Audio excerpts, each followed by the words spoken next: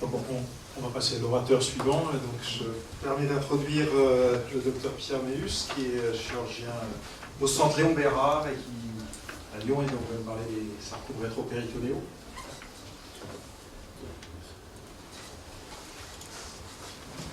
Merci à l'Académie pour l'invitation. Donc on va traiter d'un sujet qui est éminemment rare, puisque, comme on vous l'a dit, les sarcomes sont une pathologie rare, mais les sarcomes rétropéritonéaux sont une entité, une sous-entité de ces sarcomes.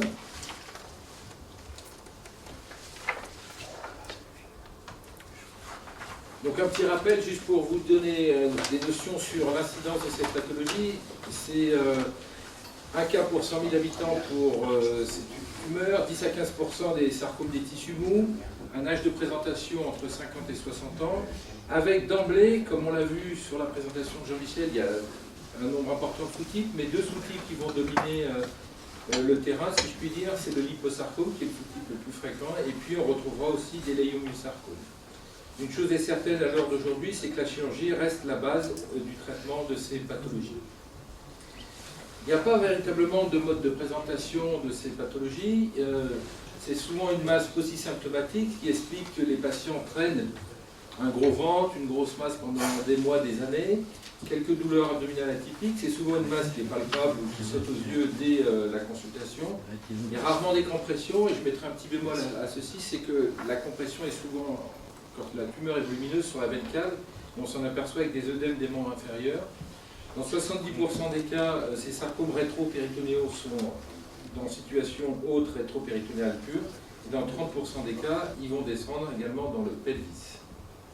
Alors, on est souvent frappé par le volume de ces tumeurs, avec un petit signe sémiologique qui attire rapidement l'attention à mon sens, c'est que, comme vous le voyez sur les diapositives ici, un rein qui va progressivement être médialisé par la masse tumorale, comme s'il était soulevé par son environnement graisseux pour être amené sur la ligne médiane, avec des masses qui peuvent occuper l'ensemble d'un hémicorps, voire l'ensemble de l'abdomen. Mais vous voyez aussi ici que les choses se sont faites de façon harmonieuse et que la masse viscérale a été refoulée progressivement d'un côté ou de l'autre de l'abdomen. J'insiste sur le fait que le scanner il doit être injecté pour qu'on ait d'emblée une notion des structures vasculaires et que dans l'idéal il faudrait opacifier en même temps le tube digestif pour avoir une idée de la répartition des anses. Vous voyez qu'ici le tube digestif est refoulé puis qu'on retrouve ici le côlon par exemple, et que sur cet exemple-là on a deux contingents au sein même de ce sarcome, avec un contingent qui est beaucoup plus dense, beaucoup plus tissulaire, qui est situé ici en arrière du rein. On revoit le volume, c'est souvent des tumeurs extrêmement volumineuses, mais vous voyez que les choses se sont faites de façon très progressive, très harmonieuse, et il n'est pas exceptionnel de palper un rein en position ombilicale chez des patients qui, malgré tout, sont en relative bonne forme. Alors, la même chose, le même raisonnement, c'est un sarcome, et donc il nous faut absolument, avant la prise en charge chirurgicale, un diagnostic, et ce diagnostic va être obtenu par la microbiopsie. Il y a dans certains papiers, vous pouvez lire, en particulier aux États-Unis, une discussion sur la nécessité ou non de réaliser la microbiopsie quand, à l'évidence, sur des données scanographiques et des données de densité, on est quasiment certain qu'il s'agit d'une tumeur graisseuse type liposarcome. Dans ce cas-là, ça peut être discuté. En tout cas, pour nous, dans la pratique quotidienne, et compte tenu de l'absence de centres référents à tous les niveaux, la microbiopsie va rester indispensable. Ce d'autant plus que le sarcome rétropéritonéal ne représente qu'un tiers des tumeurs rétropéritonéales. Donc, le message qu'il faut retenir, c'est devant une grosse masse comme ceci, il faudra réaliser une microbiopsie. Alors le problème, c'est quand, qui et comment. Alors c'est exactement la même chose que lors de ce qu'on a vu au début avec M. Coin. Il faut une microbiopsie. Cette microbiopsie, elle doit impérativement être réalisée par un radiologue expert. Pourquoi expert? Ça veut dire qu'il y aura une discussion entre le chirurgien et le radiologue, premièrement. Et deuxièmement, par voie postérieure, pour éviter, bien entendu, la cavité péritonéale. Puisque si l'on passe par la voie antérieure, on va ensemencer la cavité péritonéale alors qu'il s'agit d'une tumeur rétropéritonéale. Donc, discussion avec le radiologue, discussion de la voie d'abord, qui est généralement et obligatoirement une voie postérieure pour ces tumeurs qui, je vous rappelle, sont rétropéritonéales. Parce que les diagnostics différentiels, ils sont multiples. Vous avez en premier lieu les métastases des tumeurs germinales du sujet jeune. Et généralement, on ne se fait pas trop avoir, c'est un homme jeune. On suspecte une tumeur du testicule avec de volumineuses métastases rétropéritonéales. Un piège, c'est le lymphome, en particulier en situation pelvienne. On peut avoir des grosses masses qui peuvent mimer un sarcome et on peut être amené à faire des résections importantes alors qu'il s'agit d'une tumeur qui est chimiosensible. On peut être confronté à des tumeurs bénignes, en particulier les schwannomes, c'est des racines du nerf plural en particulier. Et puis il y a tout le contingent des tumeurs rénales primitives et des angiomyolipomes. Et puis il y a d'autres tumeurs, en particulier les métastases rétropéritonéales, d'autres tumeurs comme les mélanomes. Alors ici deux exemples qui sont des exemples de la vraie vie et de la consultation. Donc ce malade qui a été référé, il venait de Belgique avec une masse rétropéritonéale majeure. Il y a quelque chose qui avait attiré notre attention, c'est que le rein, il était non pas refoulé, mais englué dans sa masse tumorale. Et à l'interrogatoire, ce jeune garçon avait eu des douleurs testiculaires. On a fait doser ces marqueurs tumoraux. Il s'agissait en fait de métastases rétropéritonéales, de tumeurs germinales non séminomateuses. Et puis une autre patiente qui s'est présentée avec une masse qui était palpable, non douloureuse, et en fait il s'agissait d'un schwannome d'une racine du nerf plural.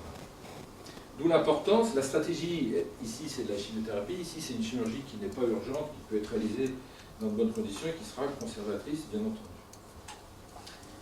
Alors quelle chirurgie? Il y a eu un rapport de l'AFC qui date maintenant de 2010, je ne sais plus, où la stratégie est clairement définie pour ces volumineuses tumeurs. Il faut faire une résection monobloc sans effraction de la loge rénale, puisque la loge rénale en fait va contenir l'ensemble de cette masse tumorale. Et vous voyez que pour réaliser cette résection monobloc, non pas que les organes soient atteints, mais ils vont réaliser la barrière anatomique nécessaire pour éviter la rupture de cette tumeur. Et donc, quand on regarde le nombre d'organes réséqués pour une tumeur qui paraissait unique et située dans le rétropéritoine, vous voyez qu'il y a une association très fréquente avec la résection conique en particulier, et qui permet, grâce au méso, de protéger cette tumeur et de faire une résection monobloc sans effraction. Donc, ça sera une chirurgie qui n'est pas une chirurgie de tumorectomie, mais qui est une chirurgie de loge. Et on dit, ben, c'est un sarcome, très bien, vous allez avoir la marge, très bien. Mais effectivement, sur une tumeur qui est comme ça, il est un peu illusoire de dire je vais avoir une marge R0 partout. Vous voyez qu'ici, c'est pas possible d'avoir la marge, et que bien entendu, on a fait une résection monobloc, mais que la marge, elle va être sur les vaisseaux, elle va être sur la paroi, elle va être un petit peu partout. Et donc l'essentiel qu'il faut retenir, c'est que cette masse n'est pas ressortie en 25 morceaux. Elle est réséquée en monobloc le plus possible en évitant les effractions. Et vous voyez que ça fait parfois de gros dégâts. On a des résections qui enlèveront, dans ce cas-ci, la queue du pancréas. On aura disséqué le tronc cœliaque. On sera rentré dans le thorax parce que la tumeur adhérait au diaphragme. Et on verra même chez ce patient qui était quand même très dénutri, il y avait même une péricardite qu'on a drainée en péropératoire. Mais dans certains cas, et c'est là que le raisonnement est intéressant en compagnie du radiologue, c'est là qu'on étudie les dossiers, et bien sur cette petite tumeur qui est un léiomyosarcome de la veine génitale, on va d'emblée se poser la question si, d'une part, on peut la réséquer en monobloc, la réponse est oui, et deuxièmement, si on peut obtenir les marges, qui seront un élément important pour le contrôle de la maladie. Eh bien, dans ce cas-là, on a pu réséquer en monobloc l'ensemble de la masse tumorale en respectant le dôme qu'on s'était fixé, c'est-à-dire une marge antérieure avec le mésocolon, la loge rénale, et ici l'aorte qui a pu être enlevée en monobloc avec la tumeur sans qu'il y ait d'effraction tumorale. Et la malade, elle est en contrôle local depuis plusieurs années sans récidive. Alors, dans certains cas, ces tumeurs, elles vont nous obliger à faire une extension qui sera extra-abdominale, puisque dans ce cas-ci, d'une tumeur qui était le long du psoas, eh bien, on se rend compte que si on reste dans la cavité abdominale, on sera ici au mieux R1, voire au pire R2, puisqu'on va sectionner la tumeur, alors que la masse tumorale descend jusqu'à l'insertion du psoas sur le petit trochanter. Et donc ça oblige parfois à faire des chirurgies qui sont des chirurgies extensives, qui vont passer d'une loge abdominale à une loge ici au niveau de la racine des membres. Donc il faut avoir initialement organisé, réfléchi à comment on va installer le patient, comment on va aborder les choses et quels organes on va réséquer. Il en est de même pour la chirurgie vasculaire, et sur ce papier on voyait très bien qu'on peut avec ce raisonnement-là, stratifier la prise en charge. Soit on va enlever l'artère et la veine, une artère, une veine cave ou un pédicule iliaque, soit on va réséquer qu'une artère, et qu'on va devoir reconstruire, bien entendu, soit on va réséquer une veine, on ne va pas forcément la reconstruire, et soit on va passer au contact ou dans la gaine du vaisseau et on va le conserver. Donc le raisonnement préopératoire est fondamental sur ces grosses tumeurs qui paraissent un peu... où on se dit le raisonnement n'est pas très fin, mais au contraire, il sera extrêmement fin pour pouvoir ne pas tomber sur des problèmes en péropératoire. Je reviens sur cette chirurgie de l'aorte, vous voyez la résection de la loge rénale, on est en monobloc, on met une prothèse, et souvent mes collègues m'ont dit mais t'es complètement dingue de faire une chirurgie digestive associée à la mise en place d'une prothèse. Alors on fait j'utilise deux artifices personnellement, soit l'épiploplastie qu'on met en place sur la prothèse, soit dans ce cas-ci on a fait un deloyer pour éloigner l'anastomose de la zone de chirurgie prothétique vasculaire. Il en est de même pour la veine cave, il y a de nombreuses publications, en particulier à l'équipe de Milan d'Alessandro Ronchi, où ils ont montré qu'on pouvait réséquer la veine cave et la reconstruire de différentes façons. Mais dans certains cas, il nous est arrivé à plusieurs reprises de ne pas reconstruire la veine cave en s'appuyant sur l'expérience des chirurgiens urologues qui, dans les masses rétropéritonéales, où il y avait une thrombose depuis de nombreux mois de la veine cave, comme on sait qu'il y a des voies accessoires, de ne pas reconstruire cette veine cave et de se passer d'un matériel prothétique. Alors, un cas particulier, c'est le léiomyosarcome de la veine cave. Donc c'est une jeune patiente qui est arrivée malheureusement enceinte en fin d'année avec une très volumineuse lésion rétropéritonéale droite, pour lequel, grâce à la microbiopsie, on a eu le diagnostic de léiomyosarcome et on a entrepris de faire un traitement néoadjuvant qui, au bout de 6 cures, a montré une réelle efficacité et ce qui rendait le geste beaucoup plus aisé. Alors le geste qui a été réalisé, c'est un geste de néphrectomie élargie, avec résection complète de la veine cave. On avait une thrombose ancienne de la veine iliaque, donc on s'est permis de ne pas reconstruire la veine iliaque gauche. Et sachant que ces veines caves ont un risque thrombotique, on avait artérialisé la prothèse avec le moignon de la mésentérique inférieure pour augmenter le débit dans la prothèse et éviter la thrombose. Chose qu'on ne savait pas, c'est que cette patiente avait un déficit en facteur 5 et qu'elle nous a thrombosé malgré tout la prothèse. Sans conséquence d'ailleurs, sauf qu'à terme, cette thrombose est restée en place, la prothèse s'est infectée 7 ou 8 ans après, elle fait une discospondylite, j'ai dû la réopérer et réséquer sa prothèse et elle va toujours bien. On peut faire des résections tout à fait segmentaires de veine cave sans problème. Et ça permet d'avoir des résections de qualité et anatomiquement satisfaisantes sur le plan en particulier de la marge. On peut utiliser différents types de prothèses. On était assez friands des Gore-Tex Hanley, je crois qu'ils sont en train de disparaître du commerce, je ne sais pas pour quelle raison. Ici, c'est un exemple d'un sarcome Ewing de la loge rénale droite, un autre exemple de sarcome dont on a eu le diagnostic en préopératoire, chez qui on a pu faire une chimiothérapie néoadjuvante, chez qui on a pu faire une résection de qualité et remplacer le segment de veine cave rétro-hépatique par un Gore-Tex Hanley, et qu'ici on a conservé l'arrivée de la veine rénale gauche, qui simplifiait le geste. Alors, comme on l'a vu sur le topo de Jean-Michel Coindre, la qualité de la chirurgie a un impact sur la récidive locale, mais il faut bien voir que les sous-types histologiques, ce que j'appelle moi la carte d'identité de la tumeur, a un réel impact sur la survie. Vous voyez que l'hyposarcome, qui est le plus fréquent, a quand même la meilleure survie, et que les léiomyosarcomes ont une survie qui est bien moindre, en particulier en raison du risque métastatique de ces tumeurs. L'impact de la chirurgie sur la survie, il a été montré lors du rapport de l'AFC, il est fondamental. L'impact de la chirurgie, il est de deux ordres. D'une part sur le contrôle local de la maladie, et à terme, bien évidemment, sur la survie. Pourquoi dans ce cas-ci sur la survie? Parce que quand on regarde l'historique de l'évolution de ces sarcomes rétropéritonéaux, on s'aperçoit qu'en fait, les patients ne vont pas forcément mourir de métastase, mais vont mourir de leur rechute locale. D'où l'importance d'un geste de qualité initiale. On vous en a parlé, et c'est tout l'objet des réseaux, c'est d'avoir des centres de recours. Pourquoi? Parce que ce sont des tumeurs rares, et que en fait, le centre de recours, non pas que les chirurgiens sont meilleurs dans le centre de recours, mais c'est qu'ils vont traiter un volume plus important de patients, et donc acquérir l'expérience nécessaire pour planifier cette chirurgie, l'organiser, contacter le chirurgien vasculaire, etc., etc., et mettre en commun l'ensemble des éléments qui vont favoriser la prise en charge. La microbiopsie faite par le radiologue expert, une histologie faite par un anatomopathologuiste expert et une chirurgie faite par une équipe particulièrement entraînée, que ce soit les chirurgiens, les anesthésistes en particulier. Donc il s'agit d'une prise en charge qui est complètement multidisciplinaire. Ce n'est pas un chirurgien qui opère un sarcome, c'est une équipe qui prend en charge le sarcome, en particulier le sarcome rétropéritonéal. Alors il y a la chimiothérapie. Son rôle n'est pas très bien défini, sauf pour certaines tumeurs qu'on sait chimiosensibles, comme les synovial-sarcomes, les légumosarcomes et les Ewing. Mais globalement, sur des tumeurs qui sont bien ou moyennement différenciées, l'impact de la chimiothérapie néoadjuvante sera quasi nul. Et on s'est posé la question également si en adjuvant, on avait un impact sur la survie globale de ces patients. Et globalement, l'impact sur la survie de la chimiothérapie adjuvante, même dans le grade, n'est pas démontré. Deuxième élément de l'arsenal thérapeutique de la prise en charge des cancers, c'est la radiothérapie. Et il y a beaucoup d'éléments pour dire que, eh bien, vous en faites dans les membres, pourquoi vous n'en faites pas dans le rétropéritoine? Eh bien, on s'est aperçu que si on faisait une radiothérapie post-opératoire, souvent on n'avait plus la cible, que la masse viscérale qu'on avait enlevée et la masse tumorale qu'on avait enlevée faisait le lit pour la masse viscérale qui allait tomber dans la loge rénale, le grêle était piégé, on avait une toxicité qui était majeure.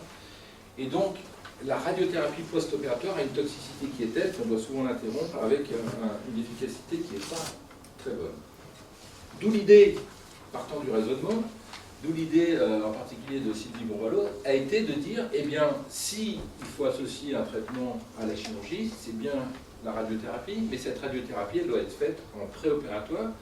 Et c'est l'objet des CESTRAS qui est en cours actuellement, qui inclut de façon assez satisfaisante sur l'ensemble de l'Europe, et qui est de dire, eh bien, on va réaliser tumeur en place, après que le chirurgien et le radiothérapeute aient contouré l'ensemble de la masse tumorale, bien précisé les champs d'irradiation, et on fait cette radiothérapie en préopératoire, et les patients seront opérés 4 à 6 semaines après. Ils seront randomisés entre le bras connu, classique, qui est la chirurgie seule, versus une radiothérapie préopératoire, suivie 4 à 5 semaines après d'une chirurgie de sarcome rétropéritonéal. Et l'objectif principal, c'est d'évaluer s'il y a une différence de survie sans récidive abdominale entre les deux groupes, bien entendu, avec quelques objectifs secondaires qui sont le corollaire de ces études.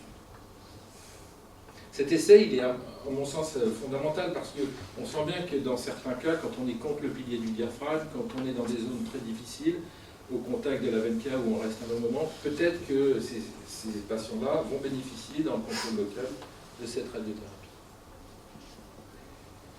Donc j'aurais 5 messages à transmettre avant de reprendre le micro. Premièrement, on sait que c'est une maladie rare, et donc il faut travailler dans le cadre du réseau. Les techniques de diagnostic et de traitement sont très particulières, puisque c'est une chirurgie, on va dire, multisite, et avec un chirurgien qui arrive à globaliser le problème.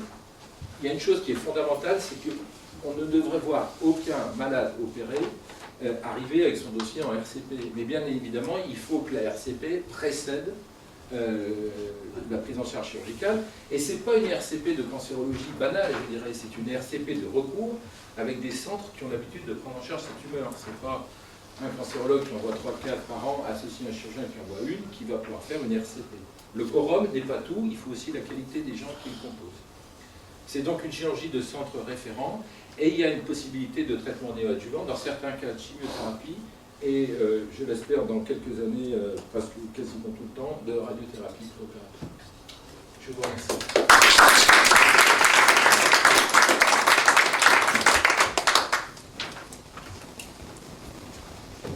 Merci Pierre.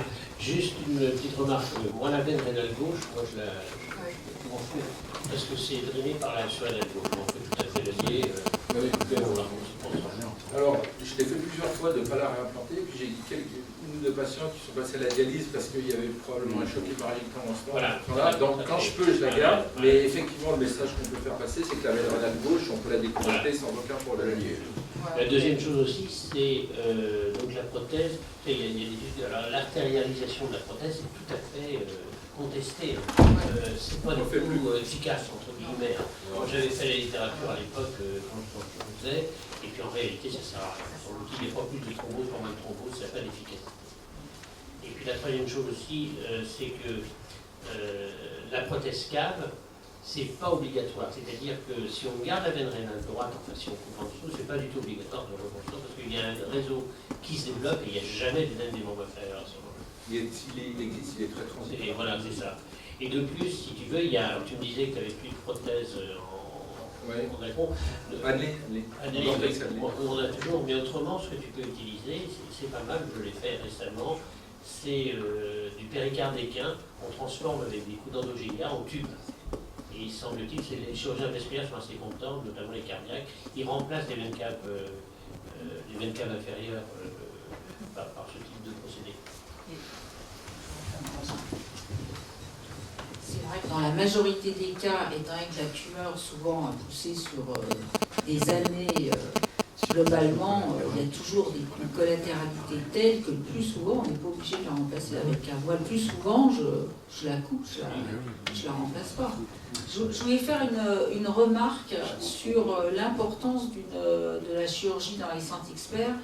On a récemment, sur plusieurs centres européens et des États-Unis, regardé la survie globale des patients opérés donc, dans un centre expert. Et donc, à 5 ans, cette survie globale est de l'ordre de 75 à 80%. Et quand on compare avec la CIR Database, qui est la grande database américaine, qui collige tous les cas qui ont été opérés dans les centres américains, il y a une différence de 30% à 5 ans. C'est-à-dire que leur survie à 5 ans, là, c'est pas 80, c'est 50%. Donc ça montre à quel point, juste avec une chirurgie bien faite, on améliore la survie globale, sachant que parallèlement, il y a une autre étude qui a été faite par Antoine Italiano de Bordeaux sur les patients qui ont des tumeurs localement, des sarcomes localement évolués ou métastatiques, et il a comparé 4 périodes. La période ancienne des années 80, des périodes plus intermédiaires et la période récente des thérapies ciblées. La différence de médiane de survie entre les 4 périodes, elle est de 5 mois.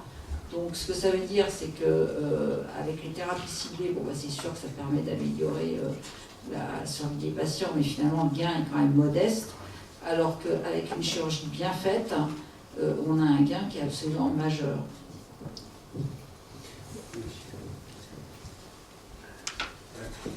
Bravo pour la présentation. Je vais revenir sur la biopsie préopératoire.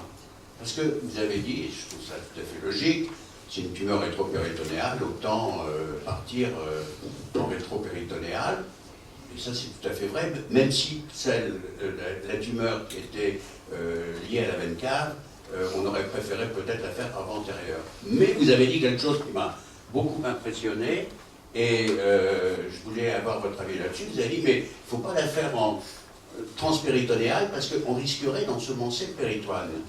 Alors j'aimerais savoir si vous avez des notions là-dessus, parce que si la biopsie ensemence le péritoine, même quand vous la faites en rétropéritonéale, vous allez ensemencer les tissus rétropéritonéaux. Non, parce que quand le risque, donc c'est fait avec une aiguille coaxiale. Oui. Et le risque, c'est d'avoir une suffusion hémorragique. Et c'est à ce moment-là, si vous avez un volume glucose qui répond le petit saignement, c'est là qu'il va contaminer la cavité péritonéale. Alors que si vous êtes en compression contre une masse musculaire, vous n'aurez pas de diffusion de l'hématome. Et donc on gardera une sécurité qui est absolument maximale. Pourtant, on dit que les tumeurs du pancréas, on peut les biopsier par voie transpéritonéale. On n'est pas dans la même pathologie, et souvent un petit peu de pancréas, on le fait le plus souvent par écho-endo, et c'est vraiment quand on ne peut pas qu'on le fait par scalaire. Et troisièmement, pour le pancréas, on n'est des fois pas obligé d'avoir l'histologie pour pouvoir les opérer. Alors là, on est dans une situation d'une masse tumorale qui fait qu'on doit avoir la certitude de ce qu'on opère, parce que je vous rappelle que seulement un tiers des tumeurs sont des sarcomes. Donc il ne faudrait pas partir sur une tumeur qui est chimiosensible, sur une chirurgie des multiples qui n'a pas de sens, et qu'à chaque fois qu'on va opérer ces malades, il faut une certitude de l'histologie, qu'on n'ait pas raté la possibilité de faire diminuer le volume parce que ça peut être plus facile, et qu'on puisse avoir une stratégie qui soit étudiée, parce que remplacer une aorte sur une tumeur qui n'a pas besoin, c'est prendre des risques inconsidérés. Donc tout ça doit être pesé, réfléchi, et comme ces tumeurs sont d'évolution lente de la décilie, on n'a jamais d'urgence à les prendre en charge. Donc la réflexion doit préciser l'action, dans mon sens.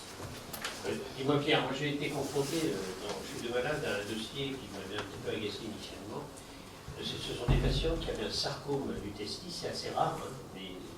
Or les urologues ne font pas de biopsie, ils les retirent par voie inguinale. Donc ça n'a pas loupé, ça fait un ensemencement, ils ont tous les deux récidivé de façon drastique. Alors j'ai été voir les urologues, je leur ai dit pourquoi vous ne faites pas de biopsie? Ah, on ne fait jamais de biopsie pour les tumeurs testiculaires. Mais il faut même des abords scrotaux. Et ils font des abords transcrotales. Enfin, s'ils avaient fait encore un abort scrotal... Peut-être pas exagéré quand même. Je vous assure que les 2 derniers patients au centre Léon Bérard, il y a moins de 6 mois, ont eu un abord scrotal qui nous obligeait à faire une scrotectomie, à reprendre l'ensemble Ça, c'est pas très grave encore. Non, mais quand on regarde les recommandations, c'est pas forcé quand il y a une Oui, frustration. c'est très grave, bien sûr. C'est pas du tout ce qu'on a appris. Hein. Alors, comment est-ce qu'on fait quand on a une tumeur bien sûr. testiculaire pour finalement éliminer un sarcome? Parce que si on le retire par voie inguinale, on ensemence le trajet. Je pense que le radiologue a un rôle fondamental, c'est l'objet de discussion qu'on avait avec Sylvie, c'est-à-dire qu'à l'échographie, s'il suspecte quelque chose qui n'est pas typique d'une maladie testiculaire, chez la même jeune, c'est la tumeur germinale ou une torsion d'annexe du testicule, peu importe, mais si c'est suspect, je crois qu'on peut quand même envisager les choses et prendre son temps. C'est-à-dire prendre son temps, rediscuter un stade. Il y a bien un gars qui dira ça me paraît bizarre, éventuellement discuter de microbiopsie, éventuellement se mettre dans les conditions d'une orchidectomie voix haute avec un contrôle complet. Quoique même l'orchidectomie voix haute, des fois elle est faite à minima et il faut enlever l'ensemble de l'atmosphère graisseuse du canal inguinal.